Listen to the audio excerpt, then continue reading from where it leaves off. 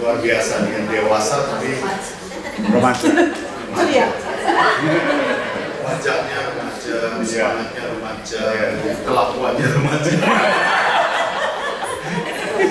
Ini tema yang menarik untuk kita bahas sama-sama, dan saya beri waktu juga nanti berapa menit untuk tanya jawab, lebih enak juga tanya jawab ya. Tadi juga ada beberapa jemaat saya kasih waktu untuk tanya jawab sehingga habis setelah selesai malah jadi beberapa yang tanya gitu ya. Nah saya padahal pertanyaannya bagus-bagus, saya kira kalau bisa ditukar di plenum gitu banyak dan berganti. Sudah makan? Belum 2 kali. Ya tadi Pak. Oh, baik. Belum 2 kali. Belum 2 kali ya. Ikut puasa nanti.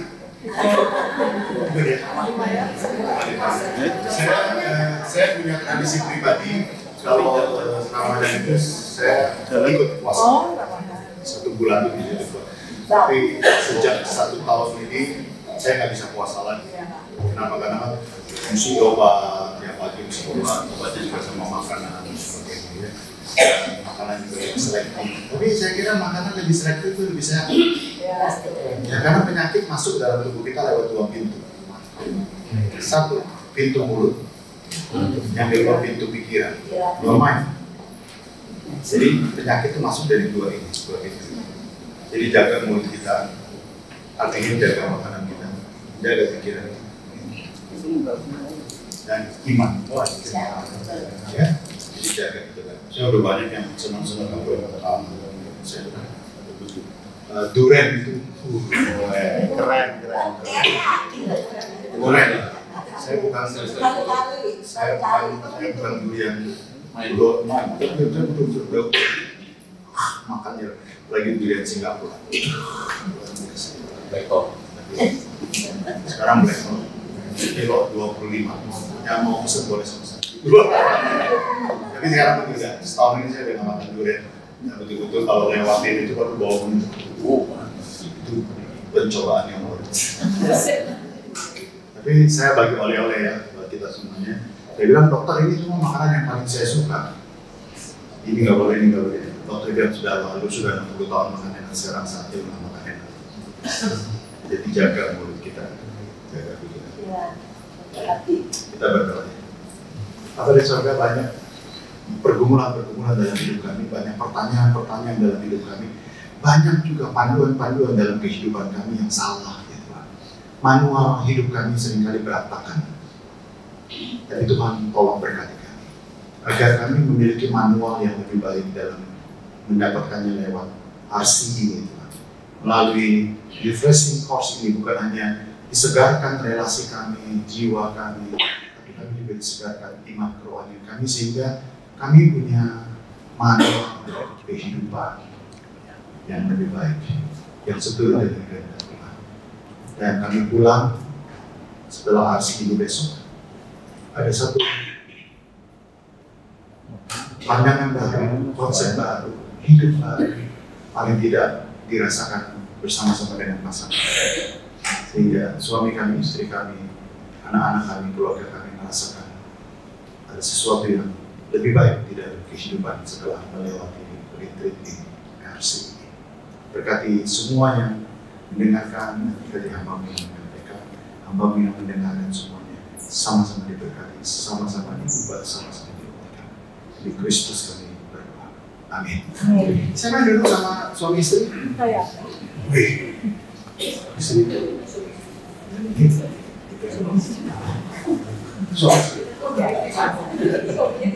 Siapa suami istri? Suami istri.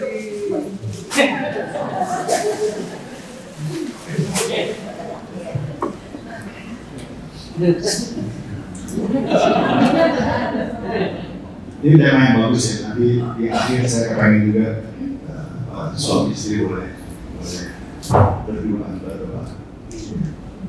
Ya berdoa dulu ya. Sering makan. Jadi doanya doa makan.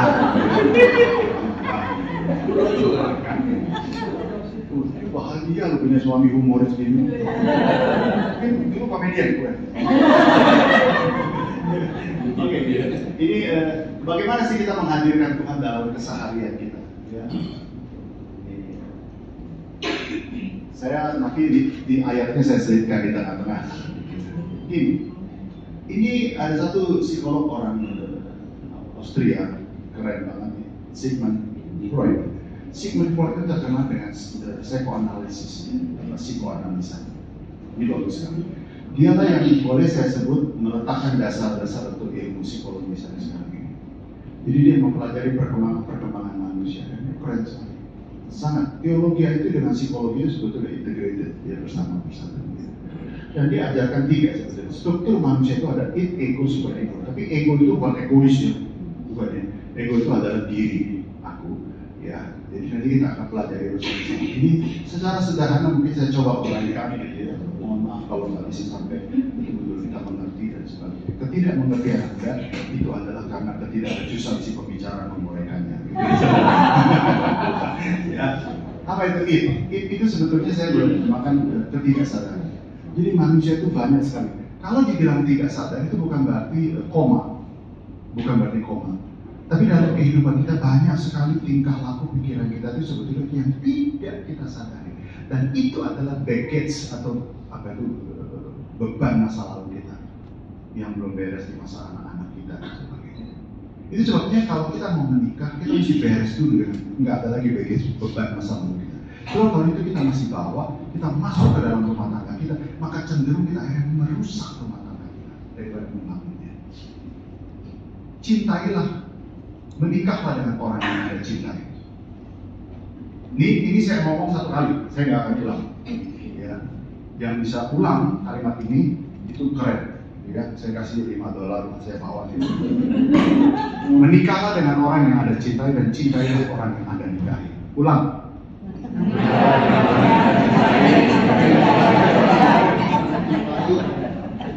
Bapak lanjutkan.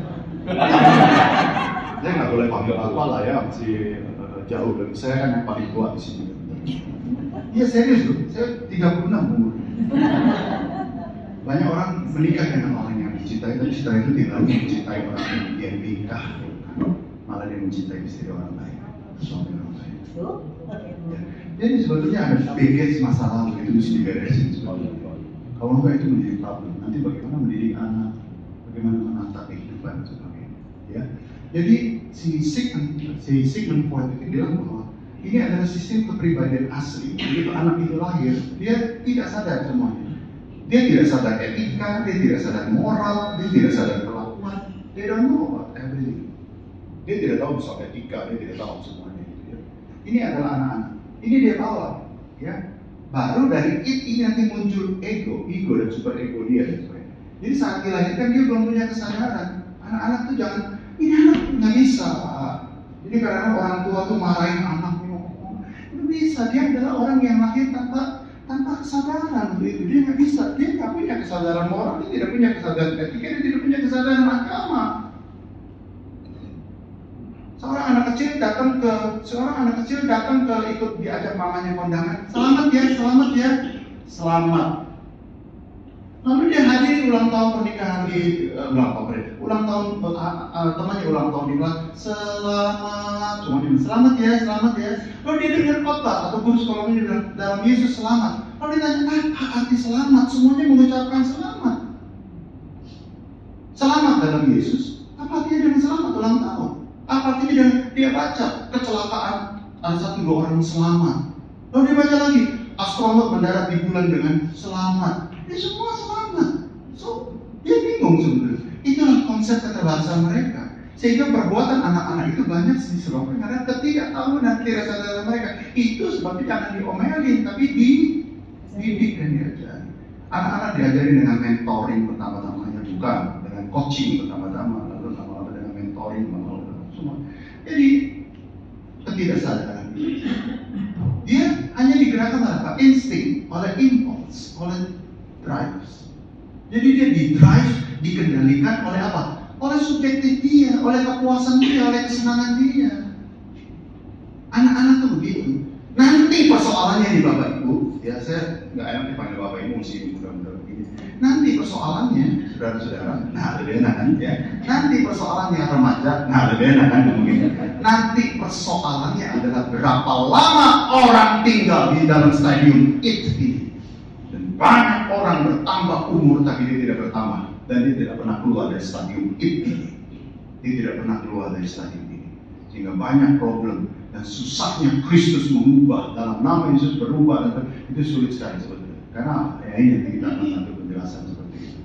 Ya, baru tahap kedua dia muncul ego. Apa itu ego? Ego itu adalah unconsciousness, bukan consciousness atau kesadaran dia. Dan kesadaran ini muncul hasil dari interaksi dengan sosial media. Hasil dia berinteraksi. Anak saya pulang dari sekolah, dia tendang sepatunya ini, lepas dong. Anak-anak, mungkin dia kelas 6 atau kelas 5 saya pulang. Istri saya menceritakan begitu. Jadi anak-anak kan kalau copot sepatu tinggal lempar gitu kan. Kesel dia capek, lempar. Dan dia maki pembantu rumah tangga kami itu dengan babi.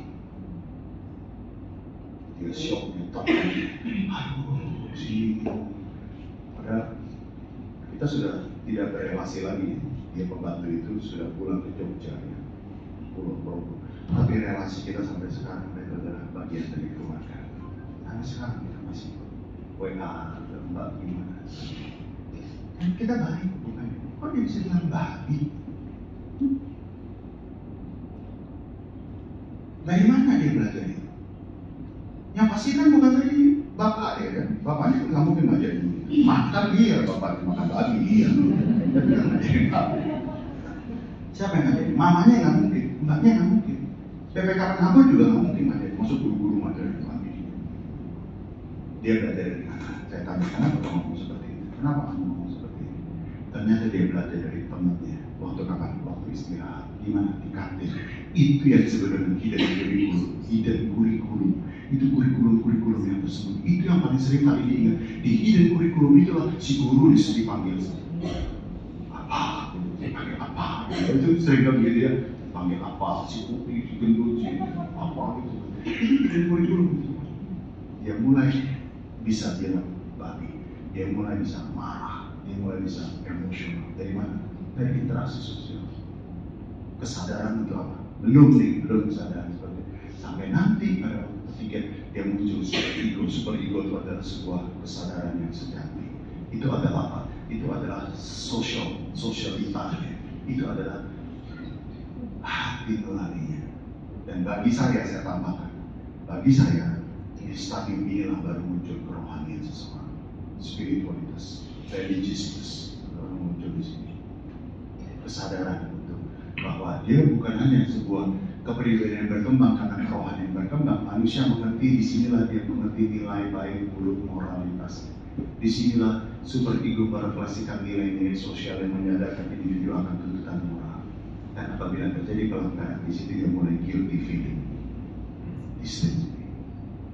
Mungkin dia akan ngomong babi lagi sama saya, tapi dia tidak tahu mengapa dia boleh ngomong saya. Mengapa saya nggak boleh melampiaskan amarah saya? Dia yang mengerti ini. Tapi sampai terus setahap kita ajarkan di sekolah minggu kita dari muncul. Maka nggak ada satu batasan kapan muncul seperti itu. Tapi kita mesti training anak-anak kita dengan itu semuanya. Kita mesti latih itu semua. Sehingga anak-anak dari ketidaksadaran apa hidupnya cuma istri doang, cuma kepuasan doang. Dia mau diambil 8 mata kalau lebih begitu. Dia mau diambil, dia puas diambil, dia suka, dia senang, dia nggak tahu tentang moral etika. Sampai muncul tentang ego. Ego itu adalah sebuah kesadaran muncul. Dan dia tidak melakukan oleh karena tuntutan sosial. Tetapi pada waktu super ego, dia tidak melakukan karena tuntutan spiritualitas. Dan dia mulai mengerti sedalam-dalam apa artinya moralitas, apa artinya religiositas. Dan kalau orang sudah besar, setua, nggak mengerti moralitas dan dia langgar moralitas, sebetulnya dia tidak pernah masuk dalam tahapan seperti itu. Dia tetap tinggal di dalam it. Dan yang membuat manusia hancur itu adalah karena manusia tetap tinggal dalam it. Ini Freud bilang ini antara 5-6 tahun. Ini menarik ya, ini oleh-oleh lah buat kita gitu ya. Anak-anak itu, manusia itu dia masuk ke tahapan atau fase oral, itu 0 sampai 1 tahun. Oral itu apa? Seluruh pusat kenikmatan itu ada di mulut. Makanya kalau anak kecil itu selalu masuk tangan ke mulut, masuk tangan ke mulut, ya, masuk anak ini waktu hamil kayak ngidam, lalu nggak dikasih sama suami, jadi anaknya sekarang begini, makan gitu, ya, pulpen makan, kapur makan, apa aja semua dia makan sama dia. Dia bukannya rakus, malu-malu, ini anak kecil-kecil ada bakat rakus, bukan itu. Kecil-kecilan dia bawa kondangan, mungkin dia bawa kontainer bawa pulang. Dia bukan begitu, karena pusatnya di mana? Di oral. Sorry gitu saya, ini kan udah gede semua nih, udah dewasa semua nih, udah dewasa semua nih. Oh, udah dewasa semua. Mau belak-belakan atau mau tutup-tutupan? Mau buka-bukaan atau mau tutup-tutupan? Mau buka atau mau tutup nih? Bagaimana Bang? Buka? Soalnya ada yang sudah buka ya? Buka? Ayo Bang, buka atau tutup? Buka aja biar makanya anak kecil itu dibikin apa tuh? Dot. Bikin dot ya. Dot kenapa? Karena dia nikmatin itu. Jadi kalau anak kecil itu dia masukin tangan begini, jangan dicegah sih sebetulnya. Biarkan, yang penting tangannya bersih. Gitu, tangannya bersih. Kalau dia tidak dipuaskan di tahapan ini, maka cenderung besarnya menjadi seringkali oral. Apa itu oral seks? Karena dia tidak mendapatkan kepuasan ini. Ya. Bagus untuk penelitian. Sudah cukup itu, saya nggak buka nih. Agak horor soalnya ya. Kalau dia sudah sampai 1 naik ke 2 tahun, maka pusatnya bukan di oral lagi sebetulnya, di anal. Anal itu apa? Dubur, anus. Maka anak-anak kecil itu kadang saya suka jengkel sama anak-anak kecil. Itu kalau berak dicicil, kalau BAB itu dicicil, nanti ya dicicil. Tutup udah mah. Kalau lu perlu berak sekali jangan dicicil. Kenapa dia senang dicicil? Kenapa? Waktu di apa tuh? Cebokin ya. Ya cebok memangnya. Bahasanya nggak ada yang halusan, nggak ada ya. Itu disentuh kan analnya. Itu dia menikmati. Nanti ya. Jadi kalau dia dicicil, BAB-nya kayak kucing gitu kan. Ya jangan dimarahin gitu. Jangan. Ya kan? Penuhin. Daripada nanti dia besar, dia anal seks. Anal seks itu LGBT. Anal itu adalah diciptakan Tuhan untuk mengeluarkan yang kotor, dan dia bukan sexual satisfaction. Bukan. Nah, kalau salah pemakaiannya itu menjadi sumber. Maka sumber penyakit dari anal itu banyak sekali, HIV dan segala macam. Karena kepuasannya di situ. Jadi kita mesti puasin. Bukan puasin waktu tokon bukan.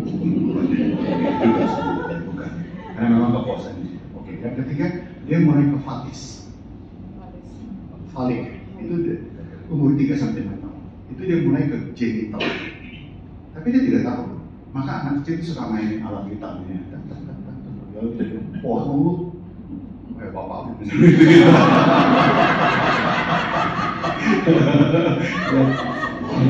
anak kecil suka begitu ya, yang perempuan juga suka pegang-pegang gitu ya. Karena itu kepuasan.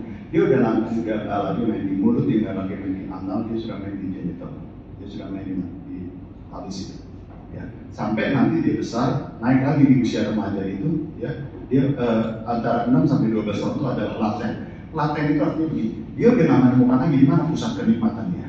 Antara mouth, mulut, antara anal, antara falis, dia nggak ketemu lagi. Masa umur segitu pasti pegang-pegang kan nggak mungkin kan? Nggak mungkin itu lagi ya. Dia nggak mungkin seperti. Maka akhirnya di mana dia menemukan kenikmatan? Peer groupnya, peer itu teman grupnya itu. Teman itu, dia menikmati di mana? Mainan bersama, boneka bersama. Nah itu. Jadi kalau grupnya ke gereja semua ke gereja, grupnya kemana semua? Grupnya beli ini semua beli ini. Kenikmatan itu di mana? Ada kepuasan di mana? Sampai nanti di remaja dia mulai masuk ke tahapan genital. Genital itulah yang dia mulai dengan masturbasi atau mimpi basah, dan dia mulai di situ. Dan kita mesti atasi ini. Maka keterbukaan dalam sexual education itu penting buat anak-anak kita. Supaya dia nggak mendapatkan itu dari peer groupnya dia. Bahaya sekali. Dan gereja juga mesti memfasilitasi itu. Bagi kita orang timur kadang-kadang tabu ngomong gitu. Tapi itu paling bahaya sekarang. Karena mereka menemukannya di mana? Di teman. Mereka menemukannya di mana? Di Google. Mereka menemukan Google itu jutaan informasi yang udah nggak tahu lagi mana benar mana salah. Jadi akhirnya jadi barulah sampai ke tahapan dewasa. Tahapan dewasa inilah yang akhirnya umur 18 selanjutnya itu usia setengah bayar di tahapan dewasa. Maka di tahapan dewasa ini harusnya dia sudah mengerti super ego-nya sudah mulai terbina. Ketika super ego-nya terbina, maka dia bisa atasi oralnya, analnya, valisnya, dan genitalnya sebagainya. Dan ketika dia sampai di tahapan dewasa ini, Freud bilang begini, standar utamanya bukan lagi subjektif, bukan lagi kepuasan. Karena ada banyak hidup ini kita nggak bisa puas, tapi kita bisa menerimanya dan bersyukur oleh karena iman kita. Walaupun sebetulnya Freud bilang, dia juga bagi saya mungkin tidak beragama, karena dia bilang agama itu adalah candu itu apa? Agama itu adalah heroin. Orang yang putus asa di dunia ini lain dengan agama. Ya, oke, kita bahas itu. Tapi saya mengerti itu kalau saya kembangkan misalnya dengan psikolog perkembangan selanjutnya bahwa sebetulnya di tahapan dewasa ini dia harus sudah. Nah kita ini, Bapak Ibu saudara-saudara, harusnya sudah mainkan di tahapan terus super ego kita keluarkan. Super ego kita latih terus. Nah ini juga bagian dari mempertebal kesadaran kita, sosialita kita, ya mempertebal juga bagaimana spiritualitas kita. Nah tahapan-tahapan ini kita mesti lewati satu persatu. Nah kita udah lewat itu udah ya di seksual kita seringkali juga kita nggak mengharapkan satu kepuasan puncak dari situ. Kalau kepuasan itu kita kejar, jadi Yudas 1 surat Yudas itu pasal 1 ayat 20 yang mengganti kepuasan yang tidak normal diganti dengan yang tidak normal, mengejar kepuasan yang kacau balau dan sebagainya. Ya, nah itu banyak problem-problem di dunia itu seperti itu. Ya, jadi saya kira ini sebuah pelajaran yang baik sekali dan I have to say thank you untuk panitia karena memilih tema-tema yang sebetulnya jarang kita bahas, tapi ini justru membukakan supaya kita menjadi lebih wise, lebih hati-hati dalam kehidupan kita. Ya, jangan kepuasan itu dikejar. Kalau kepuasan itu dikejar itu kepuasan adalah kuda liar yang kita nggak bisa memilih. Itu akan terus. Termasuk juga agama juga begitu. Nggak bisa kita kejar kepuasan kebaktian mesti naik kepuasan. Nggak bisa juga seperti itu. Ya sampai kepada satu titik. Saya datang untuk memuaskan Tuhan, bukan Tuhan datang. Saya datang meminta Tuhan memuaskan saya dan sebagainya. Ya, maka di dalam teologi reform, ya, di dalam teologi Calvin itu adalah kita adalah ciptaan yang menghadap kepada pencipta. Dan kita menyembah pencipta, bukan pencipta yang paksa menyembah kita dan sebagainya. Oke? Nah, 1 Korintus 13 ayat 11. Mari kita baca sama-sama. 1, 2, 3. Aku merasa seperti aku berpikir sekarang sesudah aku menjadi dewasa, aku meninggalkan sifat anak-anak. Saya berharap Anda hafal ayat ini dan 1 Korintus 13. Ketika aku kanak-kanak, aku ngomong seperti kanak-kanak, berpikir seperti kanak-kanak, bertingkah aku seperti kanak-kanak, tabiatnya seperti kanak-kanak. Tapi setelah aku dewasa, aku tinggal sifat kanak-kanak. Aku tinggalkan itu. Maka ada pertambahan umur otomatis, tapi dewasa belum tentu. Ya. Masuk sudah setua begini masuk, Mama, makan. Gue rasa problem rohani kalau udah setua begini ya. Problem. Ngomongnya kan kayak anak-anak, Iya oke lah kalau kita main sama cucu, sama anak gitu ya. Kan kita ya kalau main sama cucu kan jadi begitu ya. Terus semuanya pada lari, betul lihat si opak masa kecil berbahagia. Jadi kita main layangan sama-sama, main ini sama-sama. Ya itu oke lah, itu kan hanya sekedar ada, tapi bukan sebuah tabiat kita ya. Tapi bukan hanya ngomongnya ya, tabiatnya kan. Tabiatnya kan. Marah, buang, banting, nggak pulang. You are still childish. Saya masih anak-anak. Udah besar, marah, ngediemin, nggak ngomong. Siapa namanya? Evi. Ceritanya ini saya 5 tahun, Evi 3 tahun, marah. Ayo bayan dong, bayan gitu. Baik. Ngomong lagi. Coba. Mana? Ngomong. Anak-anak marah, meledak, rusak, nanti sudah. Ayo lagi. Tapi kita ada musuh di gereja itu banyak. Dia kebaktian 1, gua kebaktian 2. Dia kebaktian 2, gua kebaktian 3. Dia kebaktian 3, gua balik ke kebaktian 1. Dia hadir kebaktian 1, 2, 3, gua pindah gereja. Pokoknya gua sebel banget ya. Gua lihat wajah Yesus sejuk, tapi wajah dia 4 banget, malas banget.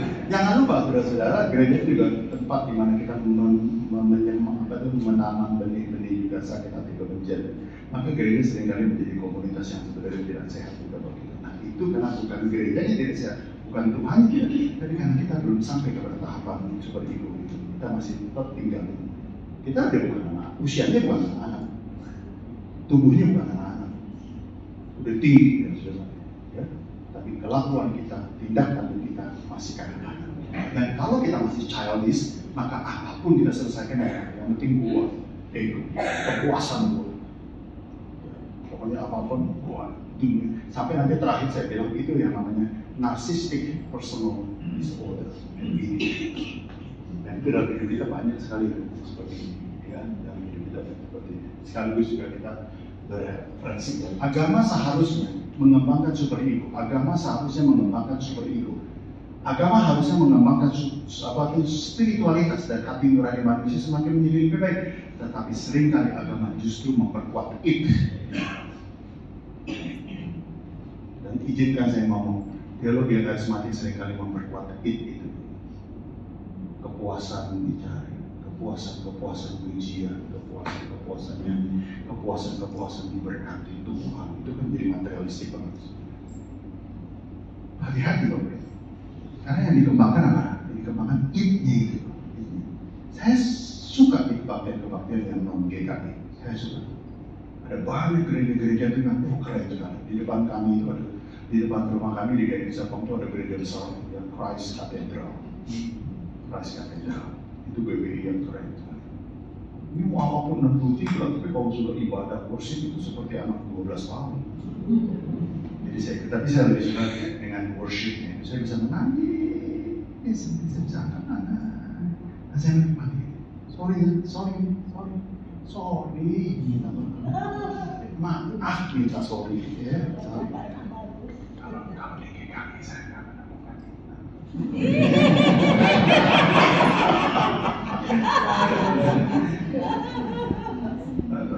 Direkam nggak? Nggak kedengeran Pak. Nggak kedengeran. Bapak emeritus. Pada bodoh, gue udah nggak ada struktur gitu ya. Emeritus ya? Tancap gas lagi nih. Gas lagi. Kalau di GKI saya nggak menemukan itu. Karena GKI itu sangat mekanis banget. Kita tahu referensi ulang. Jadi sebetulnya menikmati sekali-kali boleh lah gitu ya, sekali-kali boleh. Tetapi bukan itu yang menjadi pusat sebetulnya sekali-kali gitu ya. Tapi bukan itu yang menjadi pusat, karena GKI itu sebetulnya secara teologis betul-betul pusat penyembahan itu bukan saya, tapi Tuhan gitu loh. Sehingga mencari kepuasan bukan saya, Tuhan yang harus Anda puaskan. Secara teologis itu GKI keren ya. Jadi pusat penyembahan kalau di gereja-gereja di Indonesia, pusat penyembahannya bukan Tuhan, saya. Jadi pengunjung adalah raja, pembeli adalah raja, jemaat adalah raja. Maka saya mesti puaskan Anda semua. Kalau nggak puas, angkat lagi nggak puas, pulang lagi nggak puas, maka seringkali teologianya adalah menjual supaya semuanya adalah happy. Semua, saudara-saudara. Maka sebetulnya adalah it-nya itu yang nggak boleh dikembangkan gitu loh. Agama justru memperkuat it, bukan mengajarkan tinggalkan it gitu loh. Kalau Anda nggak menemukan kepuasan di satu gereja, Anda tetap menyembah di situ, Anda tetap berbakti di situ, Anda tetap melayani di situ. Kalau tetap itu berarti teologi kita udah beres gitu loh. Karena kita datang untuk menyembah Tuhan. Dan setelah menyembah Tuhan, kita membina relasi vertikal dengan kanan kiri dan sebagainya. Itu makanya di GKI ada satu liturgi yang paling keren, salam damai. Ya, setelah itu diampuni, kita mengampuni. Salam damai, gitu. Salam damai. Itu berbagi seperti itu. Makna-makna itu kan bagus seperti itu. Nah, hadirkan Tuhan dalam keseharian. Ya. Perkuat super ego kita. Saya senang dengan Edmund Chan, ini dalam bukunya Mentoring Paradigm Reflection on Mentoring Leadership and Discipleship. Itu ada bukunya di halaman 28 sampai 31. Dia menerjemahkan super ego itu dengan blue bars and red bars. Ya, blue bar, red bars. Ini di dunia ada dua tipe manusia, yang namanya red bars dan yang ada blue bars. Manusia dua tipe ini. Oke, kita lihat. Yang red bar itu adalah mereka yang menekankan ukuran sukses dengan hal-hal yang dari luar, yang nampak, yang instan. Ya, seperti apa? Apa yang kita punya? Acquisition. Saya mau bergaul dengan Evi ya. Tapi saya tanya, Evi, mobil punya nggak? Punya ya mobil. Ferrari atau Avanza? Avanza. Kurang kaya. Kurang. Punya mobil nggak? Punya mobil nggak? Nggak punya. Nggak punya mobil. Kasihan lu hidup lu. Nggak punya mobil. Saya ngasih, saya di inventaris udah pulang. Sorry ya, saya mau lihat jamnya merek apa. Jamnya merek apa? Rolex, wis. Rolex. Saya relax. Ya, jamnya apa? Satu kali saya ngobrol sama orang-orang itu, gila tuh, pencinta koleksi jam. Saya tanya nih ya, jam apa yang paling mahal di dunia ini? Jam tangan yang paling mahal? Hah? Pantai kayu maksudnya. Jam yang paling mahal apa?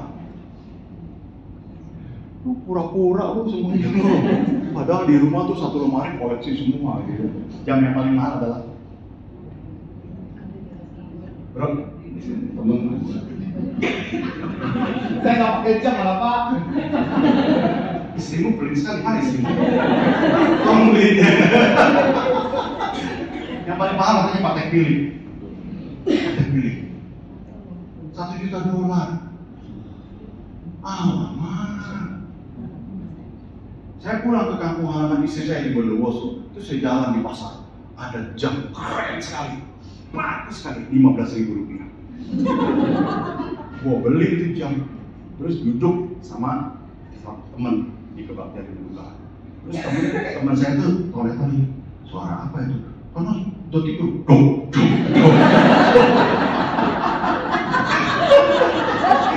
15 juta. Kenceng banget kayak mesin giling suaranya. Suara apa itu? Ini jam belu ya. Udah cuma kepake 3 hari, setelah itu rontok. Ya 15.000 mau awet. Iya, kan made in China kan semoga awet, motor gitu. 15.000. Ya, tapi dia ngomong Patek Philippe, dia ngomong wah ini Rolex. Wah kalau Rolex ini sih, ini dibeli Pak tahun 65.000 Singapura dolar. Terus saya tanya duit semua ya. Jadi apa yang lu punya? Gue mau bergaul dengan anak-anak muda kan begitu ya. Anak-anak remaja begitu. Makanya anak-anak remaja kadang-kadang kasihan. Tapi anak saya, Pak beliin handphone baru dong dari semua teman-teman, HP saya paling jago.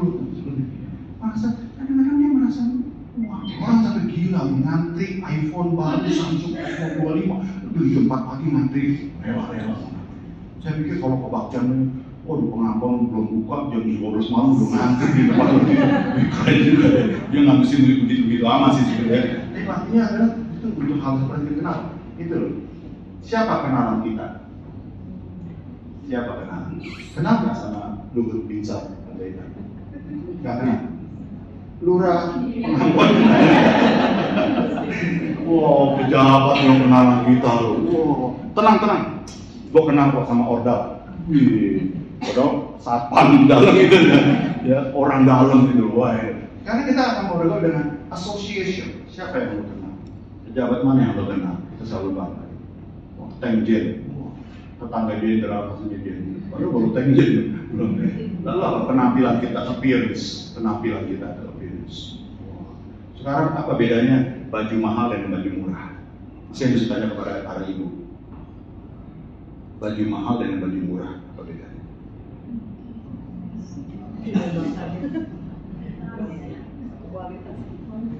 Kualitas orang nggak tahu kualitas orang. Hah? Mereknya. Tergantung pemakainya. Iya, kalau tampak begini mau pakai baju apapun juga mahal ya, juga pasti tanpa made in gitu ya. Tapi kalau untuk orang ini udah pakai baju orang ini udah top banget lah ya, pakai baju murah pun juga orang bilang pakai baju mahal. Baju murah itu mereknya di dalam, baju mahal itu mereknya di luar. Makanya tas mahal juga begitu, mereknya di luar. Kalau tas murah di dalam ya, nggak jelas tuh merek apa. Wah, yang mesra apa? Dan kalau kita nggak bicara KW-KW-an ya, nggak bicara seperti itu. Tapi itu ada mereknya seperti itu. Apa yang penampilan kita? Wah, keren. Dari ujung rambut sampai ujung kaki, dari minyak rambut sampai kaos kaki, harganya 200 juta. Bapak ikut kaos kaki saya beli berapa? Yang menghina pendeta emeritus, kaos kaki saya mesti beli, 100 sing, lebih Pak. Tapi di monopoli semua. Simpel saudara. Nah kita lihat itu kemampuan kita, abilities kita, dan apa yang kita capai, accomplishment. Apa yang kita capai. Nah kita lihat ini adalah red bar, dan orang-orang yang mementingkan hal-hal yang di luar seperti ini, itu yang disebut dengan red bar person. Itu yang selalu Freud bilang, itu penekanannya seperti itu. Anak-anak kan begitu dan ya kita senang penampilan anak-anak, bajunya lah, bandoknya lah, apa semuanya menarik kan seperti itu ya. Wah itu penampilan anak-anak tuh semakin ditampilkan semakin bagus, semakin menarik. Bagus ya, bajunya, antingnya, rambutnya, apa handphonenya ada gantungan apa segala macam. Itu kan makin menarik seperti itu. Lalu kita cium wanginya juga, enak. Gitu. Kalau kita ke remaja, baunya bau apa?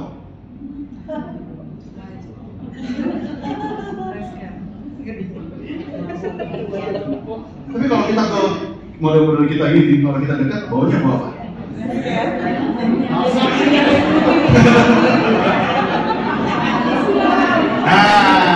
Mulai curhat nih soal ini.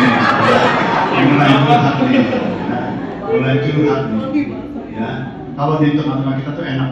Saya senang kumpul lagi, karena baunya bau perfume. Kalau anak remaja bau keringat. Kalau di lansia di atas, baunya kayu putih, Amin Bapak Ibu. Amin Bapak Ibu. Keluarin balsam sepacar. Dekat, yang mencinta atas ya. Kalau di sini kan enak tuh ya. Kalau anak-anak baunya apa? Baunya seneng tuh. Rambutnya, samponya, bau strawberry, bau apple, ya. Enak kan? Gitu ya. Anak-anak remaja tuh habis main basket, masuk ke gereja, keringatan segala macam. Nah kita enak nih baunya, parfumnya. Nah ini ya. Di atas tuh ngobrolnya juga beda. Itu ada gula nggak?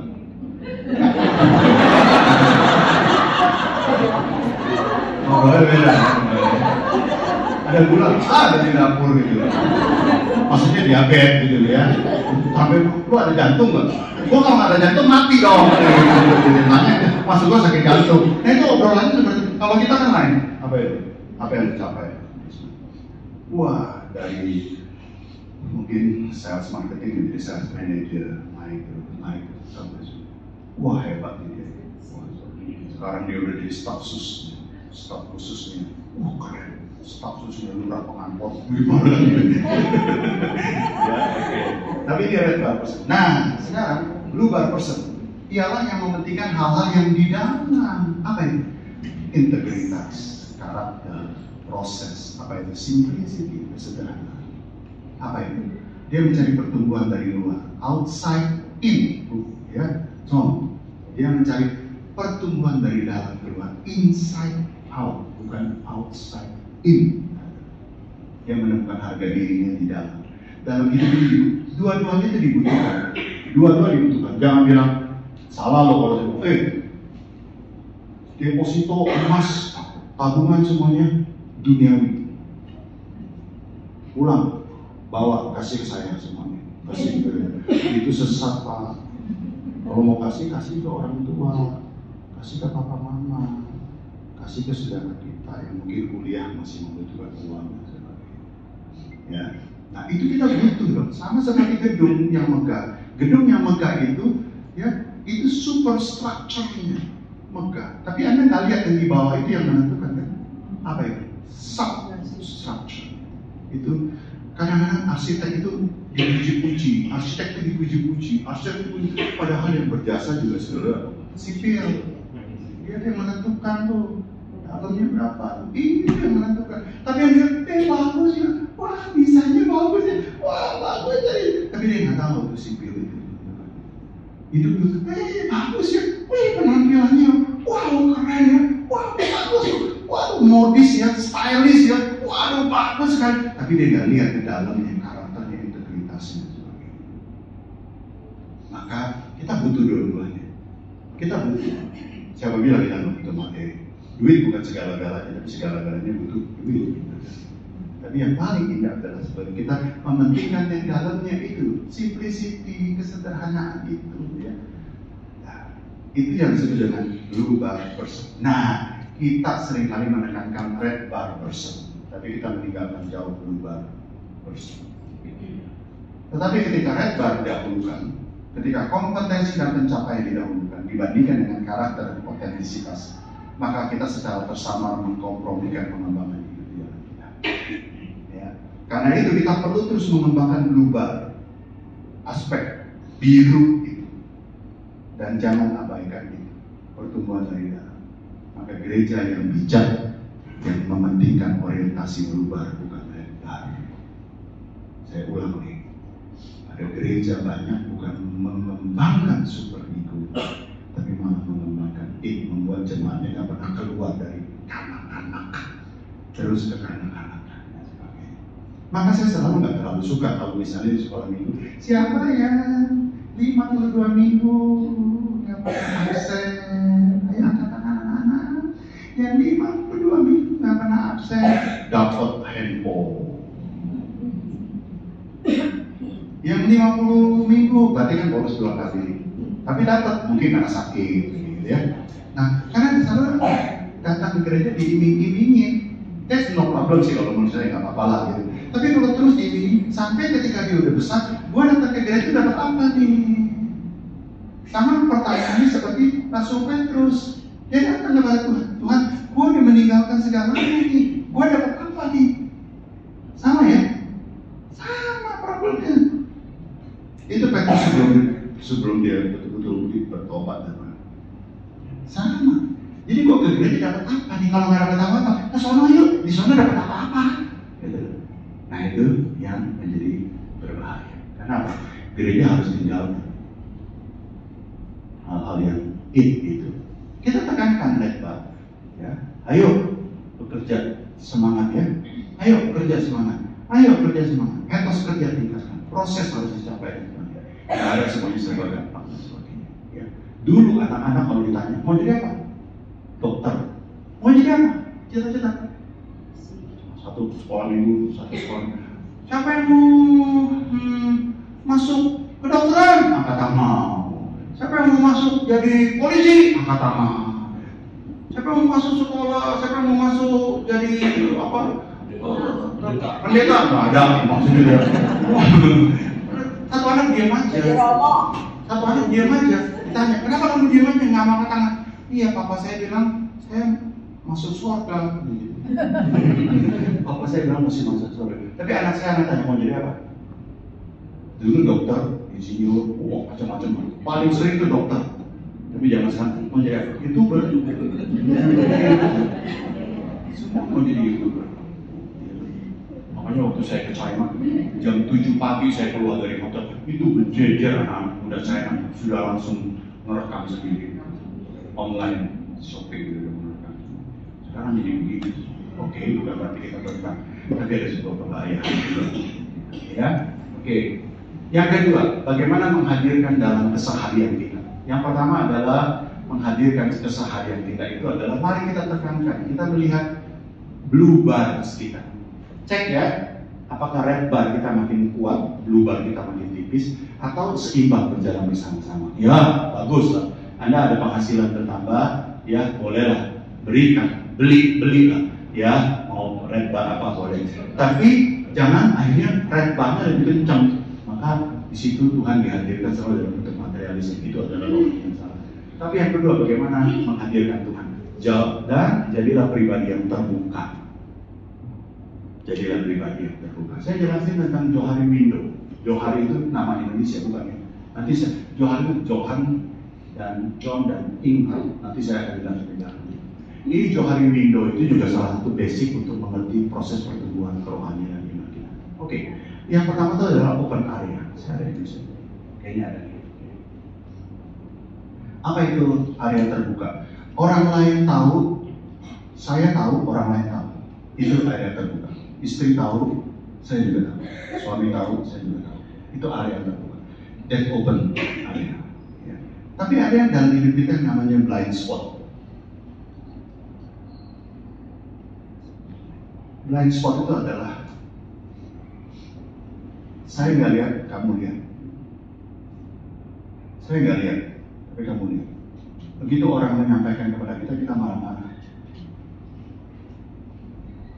Kita kekeh, lu memang sentimen sama gua. Lu nggak suka sama gua. Lu memang nggak senang sama gua. Suami mengingat, istri mengingat, yang paling sering istri mengingatkan, kita marah. Harga diri kita. Itu adalah blind area kita, blind spot kita. Istri seringkali bilangin, enggak, lu aja memang yang sensi, lu aja memang begitu. Itu adalah blind spot kita. Tapi ada yang namanya hidden spot kita. Hidden itu adalah sesuatu yang sembunyi. Itu apa? Kita lihat, orang lain gak lihat. Bahaya lebih berat daripada blind spot. Itu jadi munafik kita. Saya mau katakan, pendeta ada terlalu banyak menyimpan hidden area-nya. Dan dia simpan, jemaat gak lihat, saya lihat. Istri gak lihat, saya lihat. Dan saya simpan itu. Dan kalau udah terbongkar, malu semua. Jemaat malu, saya juga malu, keluarga malu, anak-anak malu.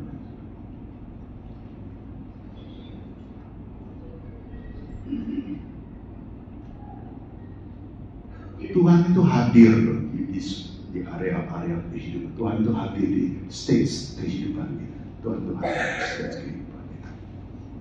Dan Tuhan itu bukakan itu satu-satu. Tuhan itu bukakan. Kita diizinkan Tuhan memasuki masa tua dari di atas saya bilang. Itu anugerah Tuhan. Jangan kita sesali. Jangan kita bilang, cuma tinggal tunggu panggilan Tuhan. Enggak. Setiap detik, setiap menit, setiap jam, setiap waktu. Itu Tuhan hadir. Dan Tuhan mau kita juga menghadirkan Tuhan. Temanya bangun. Hadirkan sukacita Tuhan dalam hidup kita pulang dari ini. Persoalannya adalah kita seringkali bagaimana kita menjadi pribadi. Pribadi yang terbuka bukan berarti kita total bukan. Saya bilang kepada istri saya begini. Waktu saya menikah dengan istri saya begini.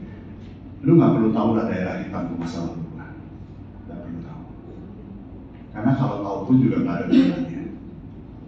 Karena istri pengen tahu. Lu dulu pacaran sama siapa? Apa ini? Kemana? Di mana? Makan di mana?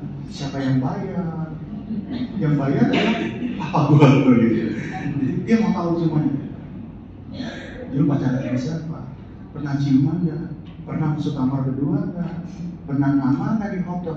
Itu detail, lebih detail daripada baris krim. lebih teliti, ada berita acara lu segala macam gitu. Saya bilang oke, lu nggak perlu tahu, bukan berarti saya nggak mau open, itu masa lalu, itu sejarah hidup saya. Tapi yakinlah bahwa gue sudah tidak lagi melakukan itu. In the name of Jesus, yang mengubah hidup saya adalah Yesus dan bukan lo. Jadi saya mengasihi kamu dan mencintai. Yakinlah saya nggak mau mengulang itu. Jadi bukan berarti open itu sudah terbuka, karena itu juga nggak bagus. Tapi yang paling indah adalah gue nggak punya lagi hidden spot. Gue nggak punya lagi blind area. So boleh tanya lah sama pasangan yang ada di sebelahmu, kamu punya hidden area nggak yang belum saya tahu? Coba ngomong.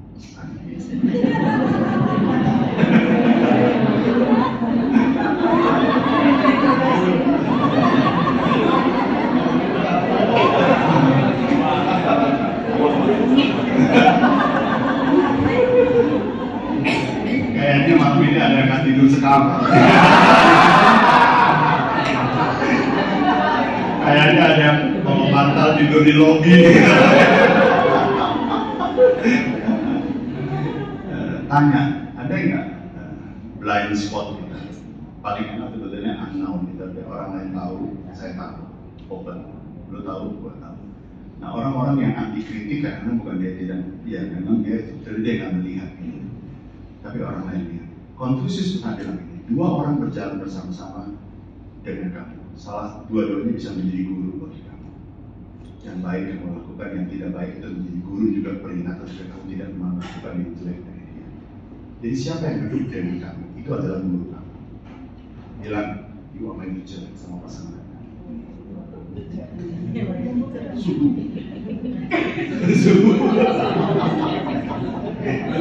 Dan siapa yang bilang ada suhu? Ya, jadi kita belajar bersama-sama. Maka retreat itu penting, karena kita belajar. Kadang-kadang kita ditaruh dengan teman yang mungkin kita nggak suka, tapi itu adalah guru buat kita. Bagaimana kita 2 malam itu bersama sakamaran, itu guru buat kita. Jadi sebenarnya adalah ini loh, dan Tuhan hadir di bagian ini. Maka apa itu take away-nya, apa itu tapau, bawa pulang oleh-olehnya? Jangan lagi kita menjadi orang munafik karena kita menyimpan hidden area ini. Kita pulang ke rumah, kayaknya nggak ada dosa itu. Cipika-cipiki. Dan di luar aku. Dan kalau istri, suami kita bilang begini-begini, thank you, mari kita doa bersama-sama. Ayo kita doa bersama-sama. Ayo, ini adalah dia lihat, kita nggak lihat. Dan Tuhan hadir di istri kita, di suami kita. Dan Tuhan hadir itu, dan Tuhan mengingatkan itu. Jadi mari kita hadirkan Tuhan juga di dalam diskusi dan koreksi hidup kita. Baru kita terus mempertebal blue bar kita. Di samping kita hidup di tengah lingkungan red bar kita. Dan kita mempertebal super, bukan substructure kita. Kita memperkuat apa itu? Memperkuat super ego kita, spiritualitas kita, moralitas kita, rohani kita, etika kita. At least nurani kita terus berkecamuk lah, ya, guilty feeling terus lah sebenarnya kalau kita melakukan sesuatu dan sebagainya. Ya. Oke. Konsep Johari Window ditemukan oleh Joseph Luth dan Harry Ingham. Jadi Johari, nah kayak orang Indonesia ya, kayak Johor di Senen sana Jakarta ya. Dia psikolog. Pada tahun 1955, Luth dan Ingham itu meneliti tingkat pengetahuan manusia saat berkomunikasi. Dan akhirnya lahirlah konsep Johari Window. Johari Window itu banyak dipakai untuk teori dari perkembangan psikologi sampai sekarang, banyak juga dipakai untuk training perusahaan dan sebagainya, dan banyak juga untuk merit enrichment, ya, itu adalah pengayaan rumah tangga kita sehingga kita tetap mencintai orang yang kita nikahi sampai selama-lamanya, ya. Oke. Terakhir, kita bagaimana melewati padang gurun pencobaan. Oke, siapa yang tahu Matius 4:1-11?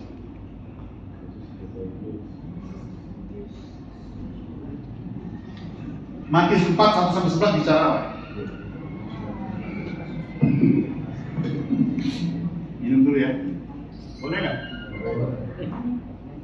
Pencobaan pertama itu apa? Coba di puasa 40 hari. Atau puasa 40 hari. Puasa. Iya. Percobaan padang gurun. Percobaan pertama, yang di belakang Apa? lapar. Ubah batu menjadi. Yang kedua,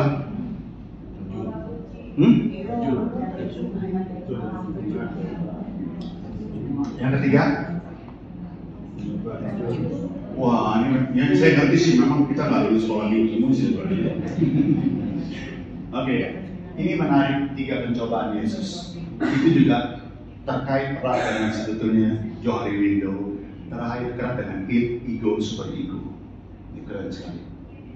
Jadi kalau membaca Alkitab, makin kita baca makin menarik. Oke, kita bahasnya. Ini adalah 3 level of temptation, 3 level pencobaan. Perhatikan, iblis itu strategi menggoda manusia itu gimana? 3 level of temptation. Dari yang lower level, higher level, sampai yang highest level. Dari yang paling rendah sampai yang paling naik lagi sampai yang paling tinggi. Dan kita mengalami, saya mengalami pencobaan 3 level ini. Anda semuanya mengalami. Ada orang level pertama dia udah jatuh. Ada level pertama lolos, lulus, naik ke level yang kedua.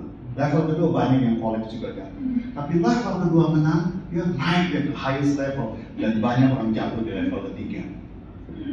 Banyak the highest level ini collapse. Pendeta juga banyak yang berkuburan di level ketiga. Kita juga begitu banyak. Dan ini perlu diperkuat dengan spiritualitas kita. Apa itu? Super ego kita. Dan ini perlu diperkuat dengan blue bars kita. Disitulah kita bisa melihat jejak-jejak Tuhan, langkah-langkah Tuhan, pegangan tangan Tuhan, rangkul kita, kuatkan kita senantiasa bersama-sama. Yang pertama, ini level yang paling rendah pencobaan pertama. Apa itu? The desert level. Ini apa? Padang gurun nih, masih menginjak tanah nih. Padang gurun, masih menginjak tanah. Itu adalah godaan kebutuhan, apa? Kepuasan, kenikmatan. Matius 4:1, maka Yesus dibawa oleh Roh ke padang gurun. Dia bukan dibawa ke hubungan baik Allah. Dia bukan naik lagi, dibawa ke atas gunung loh, naik lagi. Dia dibawa ke mana? Ke padang gurun. Untuk dicobai, maka jika engkau anak Allah, perintahkanlah supaya batu-batu ini menjadi roti. Seorang teolog bilang ini adalah sensual pleasure temptation. Ini adalah pencobaan yang soal kebutuhan, kenikmatan jasmani, makan, minum, uang, jabatan, seksual, parameternya apa? Kebutuhan, kepuasan, kenikmatan. Sama nggak dengan itu? Sama. Jadi sebetulnya manusia itu nggak pernah keluar dari tahap anak-anak. Maka pukulan berat peringatan dari Paulus. Aku anak-anak, aku berpikir, bertindak, berpikir seperti anak-anak. Itu yang dipelihara, gitu ya. Ya ketidaksadaran terus yang dipelihara, gitu ya. Lalu orang ingatkan, kita marah. Kenapa? Karena itu hidden area. Oh bukan, itu blind spotnya kita, blind area kita. Kita nggak lihat, orang lain lihat. Kita marah terus. Lu yang sensitif, lu yang sentimen. Tapi juga sebaliknya, orang lain tidak lihat, kita lihat, kita simpen terus. Kenapa ini loh kenikmatan, kebutuhan. Dan banyak orang gagal di sini. Bagaimana kau membantu gereja sementara kau juga masih bergumul dengan ekonomi dan sebagainya? Nggak bisa Pak, ekonomi dan rohani itu jadi satu dan itu selalu analogi argumentasi dan sebagainya. Kenapa kebutuhan ini? Kepuasan, kenikmatan dan sebagainya. Anak-anak remaja pada seperti itu, beli apa-apa lebih kepada gengsi daripada fungsi. Beli HP itu bukannya fungsi, gengsi. Fungsinya paling cuma 10% yang dia pakai di HP itu. So, kalau kita udah makin naik ya, super ego kita udah makin berkembang, kita membeli bukan lagi gengsi, fungsi. Hidup itu simple, hidup itu ringan, hidup itu murah. Gengsi yang bikin hidup menjadi rumit dan mahal.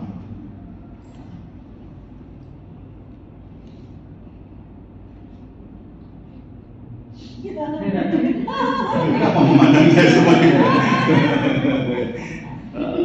Saya nggak ngomong kepada Anda, saya ngomong kepada diri sendiri sebetulnya. Okay. Thomas Merton itu bilang ini, the sensual desires are like little kids, anak-anak. If a parent is dealing with little kids and they want what they want when they want it, give it now, and always now. Tuh anak-anak. Gue gak mau janji sama anak gue, kalau gue janji sama anak gue, Gila, bangun tidur ditagih, ulang tahun ditagih, sore ditagih. Itu sebenarnya they want what they want, one day, when they want, you will know. Now, always know. Tuhan, minta terus, paksa terus, minta terus, paksa terus. Pergi ke gunung, doa, puasa, doa, puasa. Oh, oke, saya nggak menentang doa puasa, tapi jangan-jangan itu pemaksaan kepada Tuhan. Itu pemaksaan kepada Tuhan. Kita bukan totally surrender. Biarkan Tuhan berbicara. Karena kita paksa, sama seperti Thomas Manton itu anak kecil. Jika orang tua berjanji akan memberikan sesuatu kepada, maka si anak akan meminta dan dikejar terus, dikejar terus, kejar. Anak saya bilang, Papa janji mau ngajak adik ke Holland. Kapan Pak? Kejar terus. Capek gue bawa aja ke Holland Bakery.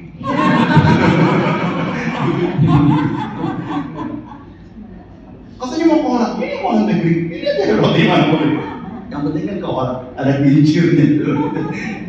Karena ya itulah kebutuhan, kenikmatan, kepuasan bukan sesuatu yang salah. Tidak salah Anda punya kebutuhan, punya kenikmatan, cari kepuasan. Tidak salah. Saya garis bawahi, saya cetak tebal. Tidak salah. Namun menjadi bahaya ketika itu menjadi standar utama dan harus selalu dipenuhi. Akhirnya kita tidak lagi bisa melihat dan menemukan nilai kebenaran terdalam dan tertinggi di balik setiap kebutuhan. Kita nggak menilai fungsi, tapi gengsi. Dan itu Yesus dicobai. Ketika dia kenyang, dia nggak dicobai. Tapi begitu lapar, baru iblis datang menggodanya. Apa ya? Ubah batu jadi roti. Apa itu? Roti. Dia nggak ngeriin ubah batu jadi mobil, ubah batu jadi handphone, ubah batu jadi rumah, ubah batu jadi kekayaan. Rubah batu jadi roti. Kenapa? Karena kebutuhan hari itu adalah makan. Pintar nggak iblis? Iblis goda kita dari mana? Faktor ekonomi. Jatuh kita di situ. Pendeta jatuh di ekonomi. Gereja banyak berdiri bukan karena faktor penginjilan, tapi faktor ekonomi. Jangan melihat saya kayak gini.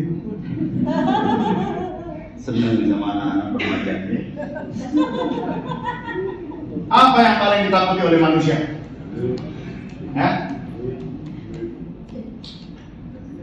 Di Singapura itu ada komisi pelaut. Itu banyak para pelaut Indonesia. Ada komisi domestic worker. Itu para pekerja migran Indonesia, pekerja rumah tangga. Itu namanya komisi Maria. Kepada komisi pelaut itu strugglingnya mereka juga banyak. Komisi pelaut bisa dari istri jauh timur, kadang-kadang mengerti itu berat sekali pergumulan para pelaut itu dan sebagainya. Oke, saya tanya begini kepada mereka, apa yang paling Anda takuti? Semua jawab tidak ada. Semua paling. Saya bilang saya juga begitu, pendeta juga paling takut kalau nggak ada uang. Tapi saya jawab mereka dengan begini. Saya paling takut kalau saya tidak punya Tuhan. Ya, saya takut saya nggak punya uang. Tapi saya lebih takut kalau saya nggak punya Tuhan Yesus. Kenapa? Jika tidak ada Tuhan, maka ada uang salah pakai, tidak ada uang salah cari. Agree? Setuju? Saya lebih takut tidak ada uang. Enggak, saya lebih takut tidak ada Tuhan. Kalau saya tidak ada Tuhan, ada uang saya salah pakai, tidak ada uang saya salah cari. Kalau saya tidak ada Tuhan, maka ada uang ya, saya benar pakainya. Tidak ada uang saya benar carinya. Jadi saya share kepada para pelaut. Kalau saya tidak ada uang, kalau saya tidak ada Tuhan, tidak ada uang, saya salah cari. Ada uang, saya salah pakai. Tapi kalau saya ada uang, saya benar pakainya. Dan saya juga tidak ada uang, saya benar carinya. Ingat, Mazmur 49 itu juga. Jangan takut apabila seorang menjadi kaya. Ini ayat, jangan takut menjadi kaya. Cari lo kekayaan sebesar-besarnya. Cari lo. Ada banyak ayat bilang, jangan takut menjadi kaya. Jangan takut berkembang. Jangan takut bertumbuh. Tapi caranya sih benar. Gitu, yang benar. Gitu, ya. Maka itu. Hudson Taylor pernah, aku paling takut punya uang tapi nggak punya orang. Artinya begini, aku paling takut punya uang tapi nggak punya orang, nggak punya teman, nggak punya relasi. Aku tidak takut punya orang tapi tidak punya uang. Karena kalau aku punya relasi, kamu punya orang, punya sahabat, ketika kita tidak punya uang, sahabat itu, teman itu akan cari jalan bantu kita menemukan kembali dapat uang. Wah, tapi lu punya uang, dicibir, kaya, rumahnya banyak, orang super kaya, tapi mati dalam kesendirian, makan sendirian, istri, anak semuanya hilang, sebagainya. Tidak punya teman, tidak punya. Teman yang datang itu ada gula, ada semut, kalau gula tidak ada, semut itu juga hilang. Nah, kita kan nggak mau gitu.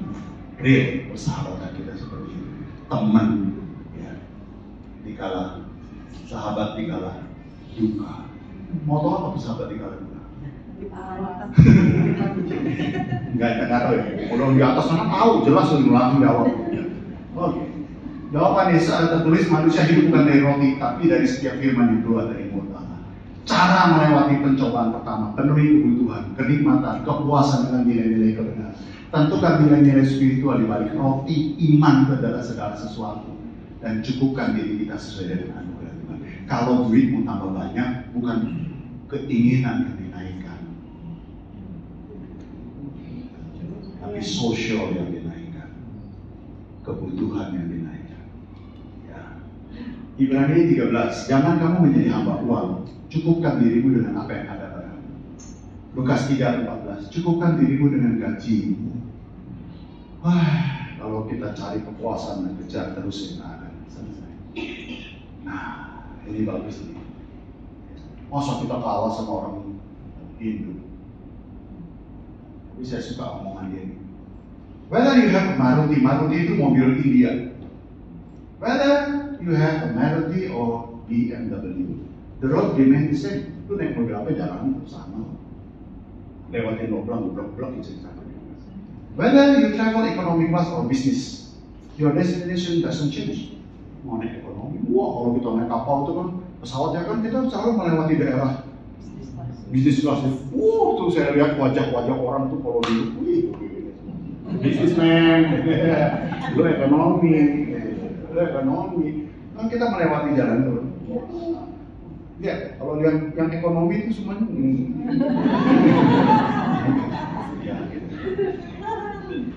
Whether you travel economic class or business, your destination doesn't change.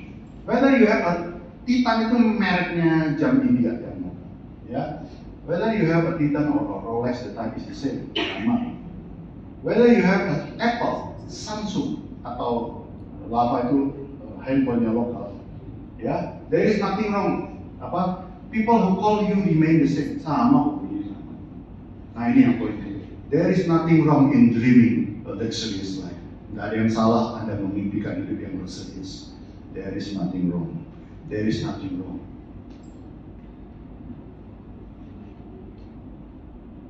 In dreaming a luxurious life. What needs to be taken care of is to not let the need become greed. Because needs can always be met, but greed can never be fulfilled. Wah, thank you ya, Rajinikan. Nggak ada yang salah kok Anda mau hidup luxurious. Tapi yang perlu diperhatikan adalah lu mesti bedain antara kebutuhan dengan keserakahan. Yang menjadi persoalan adalah kita seringkali membiarkan kebutuhan itu berkembang menjadi ketamakan, keserakahan. Karena kebutuhan kita selalu bisa penuhi, tapi kalau keserakahan kita nggak akan bisa penuhi sampai kapan. Ya, kenapa? Kita hidup pakai gengsi bukan pakai fungsi. Yang kedua, naik nih, lurus kan? Naik. Holy temptation, holy city temptation. Tidak, godaan pakai firman Tuhan. Lalu bilang ini, iblis bawa kota suci. Apa itu? Wah, hubungan baik Allah. Iblis juga masuk ke gereja. Lalu berkata kepada Tuhan, jika engkau anak Allah jatuhkan dirimu ke bawah sebab ada tertulis. Ada tertulis. Iblis juga pakai firman Tuhan. lebih hebat pakainya dari kita ya. Mengenai engkau yang akan memerintahkan malaikat-malaikat dan menatap engkau di atasnya supaya kakimu jangan terangkut pada batu. Jika seseorang lolos di pencobaan pertama, maka godaannya di level kedua. Apa itu? The Holy Spirit, godaan menghalalkan segala cara mengatasnamakan firman Tuhan. Saya mau bilang kejahatan yang paling jahat adalah ketika dia memakai agama. Itu kemunafikan yang paling munafik. Dan dia pakai firman Tuhan. Masuk dia ke gereja, lolos dia pakai firman Tuhan. Dia tuntut Tuhan, dia pakai firman Tuhan. Semuanya pakai firman Tuhan. Kita nggak nyaman ya kalau dekat-dekat sama orang yang kalau pakai firman Tuhan, bukan berarti kita tidak rohani gitu ya, tapi nggak begitu amat lah. Karena dia seringkali salah memakai firman Tuhan juga dan sebagainya, bahkan menghakimi orang dan sebagainya. Ya, maka pencobaan yang sering terjadi kita adalah kita memakai firman Tuhan untuk menekan Tuhan untuk kepentingan kita, sehingga Tuhan seolah-olah kehilangan kedaulatannya. Anak saya tuh seringkali saya janji, ya memang sih saya nggak jarang. Tapi kalau udah janji, dia tuntut terus. Saya bilang, Papa melanggar bukan sengaja melanggar, tapi Papa tuh ada panggilan darurat, emergency dan sebagainya. Papa tuh pelayanan, Papa tuh public service, Papa tuh ada social service, ministry. Ya lu mesti ngerti dan sebagainya. Iya, tapi Papa udah janji. Oke, kalau Papa udah janji, apakah kalau Papa sudah janji, itu berarti kamu jadi bapak, saya jadi anak? Percayalah, Papa nggak akan menyakiti kamu kok. Bukan PHP kok, pemberi harapan palsu. Tapi apakah kalau Papa udah berjanji langsung berubah? Papa jadi anak, anak jadi bapak. Apakah kalau Tuhan udah berjanji, Tuhan dimasukin ke dalam kotak, lalu kita jadi Tuhan, lalu Tuhan jadi ciptaan, lalu kita bisa tekan Tuhan, paksa Tuhan dan sebagainya. Dan itu kesalahan orang Kristen, maksa terus sekarang pakai firman Tuhan. Lalu Tuhan bilang, kalau itu firman gue mau langgar mau apa? Itu hak gue kok. Kalau kita mau ngomong begitu ya, walaupun Tuhan juga nggak melanggar, tapi itu hak dia dong, kedaulatan pada. Nah itulah Tuhan mau Tuhan dicobain. Lu kan anak Tuhan, ada firman Tuhan, pakai ke firman Tuhan, pakai dan ketuklah maka Tuhan akan dibukakan. Nah kalau Tuhan akan membuka, Wahyu bilang ketuklah kamu dibukakan, maka pintu akan dibukakan. Nah kalau Tuhan nggak buka itu, Wahyu bilang pintu yang lain Tuhan buka. Nah lu nggak mau membuka, mau lihat pintu yang lain, lu paksa pintu ini, maka terus begitu. Sampai akhirnya kehendakmu yang jadi, kehendak kita yang jadi, bukan kehendak Tuhan yang jadi. Nah itu kekeliruan kita, itu cobaan yang paling terjadi. Kita melayani Tuhan sering dengan konsep investasi ekonomi atau transaksional faith. No, kalau Pak, Bu, saudara janganlah pakai transaksional faith. Kalau saya tanam sekian dapat sekian, saya persembahan 1.000 dapat berapa? Saya persembahan 1 juta dapat berapa? Itu transaksional faith. Itu adalah wrong konsepnya. Paulus bilang, kalau demikian apakah upahku? Upahku ialah bahwa aku boleh memberitakan ini tanpa upah. Ya udah, bahwa aku tidak mempergunakan aku sebagai pemberita Injil. Kita pakai firman Tuhan untuk menunjukkan kehebatan kita supaya umat mengidolakan kita. Ya, oke. Ini ensiklopedia 7.700 ilustrasi. Di sana tertulis seorang pendeta sekolah Chaplain di Payne College di Georgia bernama Roy Delamont. Hamba Tuhan ini masuk ke ilustrasi ini loh, masuk ke buku ini sebagai pendeta yang khotbahnya terpendek, judulnya lebih panjang daripada isi khotbahnya. Susah nih, ya. Temanya ini, what does Christ answer when we ask, Lord, what is religion for me? Dia jawabannya apa? Nothing. Let us pray. Orang bisa mau kaget gitu. Itu khotbah terpendek di dunia. Saya nggak pengen begini, tapi mungkin panitia berundang-undang gitu ya. Kok cari khotbah terpendek tuh, waduh ya. Jadi pertanyaannya ini, saudara-saudara, hari ini khotbah bertema apa jawab Kristus bila kita bertanya, Tuhan, apa yang akan saya peroleh di dalam agama? Apa jawabnya? Tidak ada. Mari kita berdoa. Tapi khotbah ini diingat nyantel semuanya di anak-anak SMA itu khotbah terpendek. Iya, sekali-kali begitu ya kita khotbah. Saya mau coba naik ke mimbar. Bapak Ibu, mari kita berdoa. Apa jawab Tuhan ketika kita bertanya, apa yang saya jawab? Apa yang kita dapatkan ketika kita sudah mengorbankan segala sesuatu buat Tuhan? Tidak ada. Mari kita berdoa. Senang. Biasa persembahannya sedikit Oke. Yesus jawab, Ada pula tertulis, jangan kau mencobai Tuhan Allah. Caranya bagaimana? Ketaatan tanpa pamrih. Jangan pakai ayat suci untuk menekan Tuhan, memenuhi ambisi dan posisi dunia. Ketika para hamba Tuhan dibentuk untuk mencari pengabdian, efektivitas dan kemaslahatan bagi umat, bukan popularitas apalagi keuntungan materi. Billy Graham, to receive Christ costs nothing, to follow Christ costs something, but to serve Christ costs everything. Wah, ini paling jatuh dari banyak orang di sini. Pencobaan ketiga, self glorification, temptation, narcissistic temptation. Matius 4 ayat 8-9, dan iblis membawanya pula ke atas. Makin naik ya, makin naik ya, makin naik ya. Dari padang gurun naik ke atas hubungan bait Allah, naik lagi kemana? Ke atas gunung. Sangat tinggi, dia perlihatkan semua keadaan dunia dan kemegahannya. Semua akan kuberikan jika engkau sujud. Level godaan terendah, kebutuhan. Kalau kebutuhan kita sudah terpenuhi, apa? Kita pakai untuk pembenaran diri kita, ego kita, gengsi kita naik terus. Kalau itu sudah terdari, lalu godaan ketiga, soli ego gloria, bukan soli deo gloria. Dan banyak jatuh di sini. Sama murid-murid tanya, siapa yang terbesar di antara kita? Murid-murid tanya kepada Tuhan. Dia ngobrol sama murid-murid, siapa yang terbesar ya? Di Indonesia juga siapa pendeta terbesar, siapa jemaat terbesar, siapa gereja terbesar, siapa bersemangat. Maka gereja itu maju atau tidak itu diukur dari ABC. Apa itu ABC? A itu attender, B itu adalah building, C itu adalah cash duitnya. Attendernya berapa? 10.000, 20.000, 30.000, 100.000, followersnya berapa? Yang B itu ada building, bangunnya tinggi, megacs. Apa C? Cash. Wah, itu gereja diukur. Padahal ada aspek lain lagi. Kalau Anda baca buku tentang spiritual, perkembangan gereja itu sebenarnya spiritual growing, tentang blue bars itu yang kita tanamkan kepada jemaat. Ya, narcissistic syndrome, gangguan kepribadian.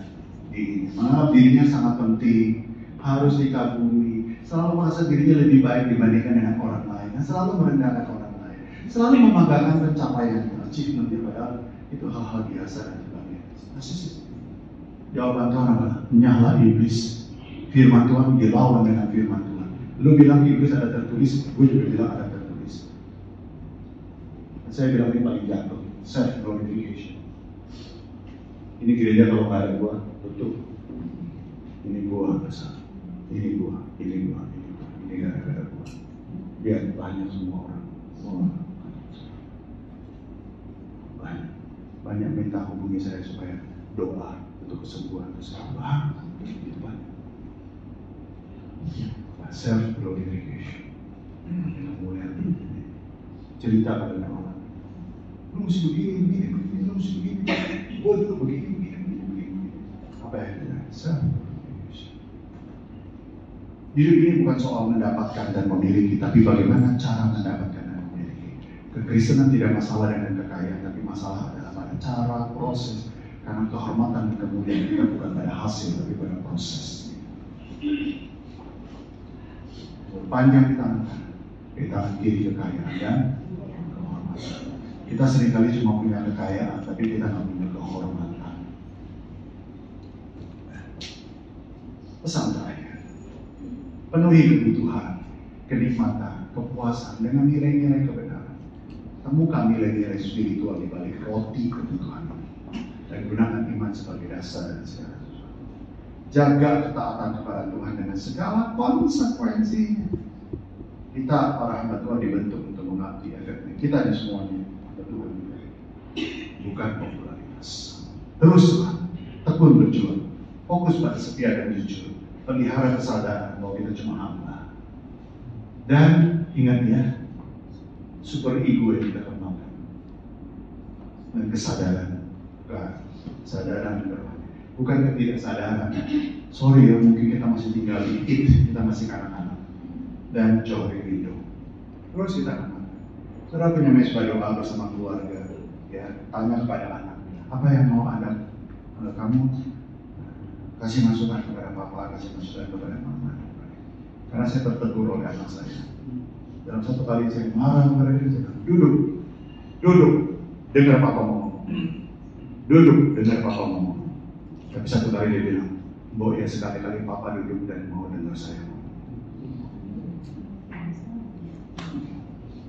Ada pertanyaan? Ada pertanyaan?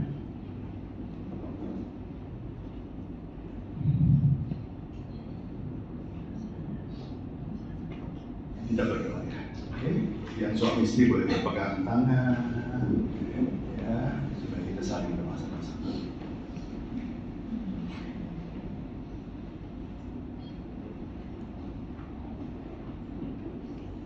Diamlah dan nikmati keheningan ini, nikmati keheningan ini bersama dengan pasangan kita, bersama dengan Tuhan, dan bersama dengan diri kita sendiri dan bersama dengan Tuhan.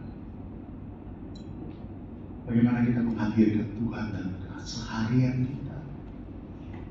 Ingat,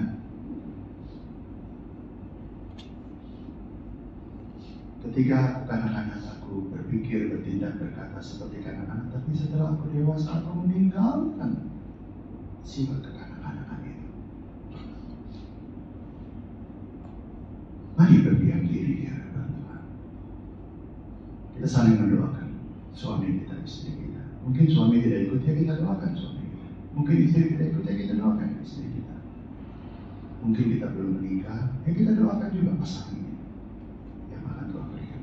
Kita doakan orang tua kita doakan mantu kita, mertua kita, dan sebagainya.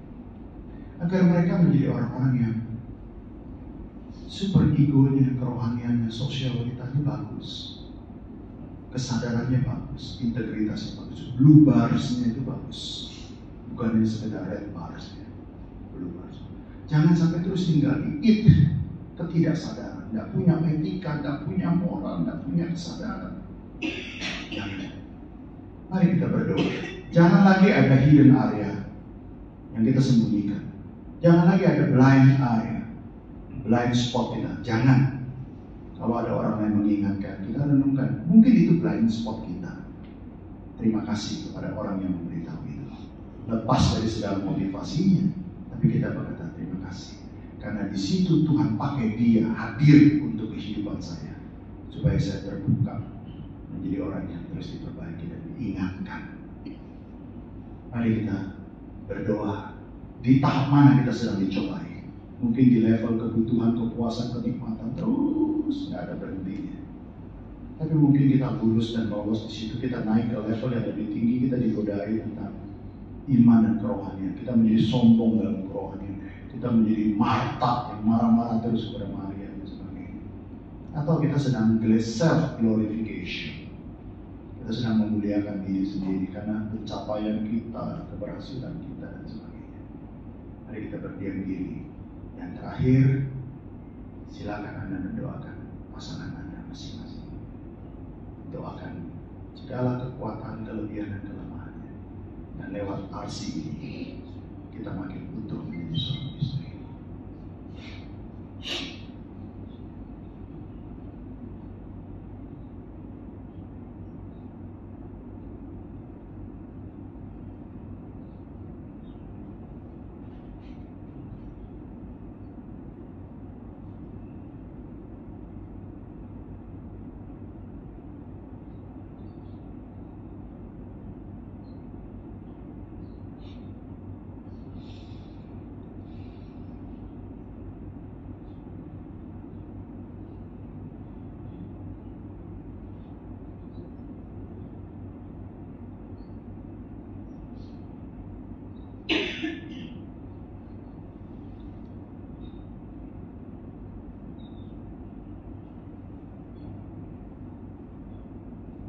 Diberkati dan diperbaharui kita semuanya di dalam Tuhan Yesus Kristus. Amin.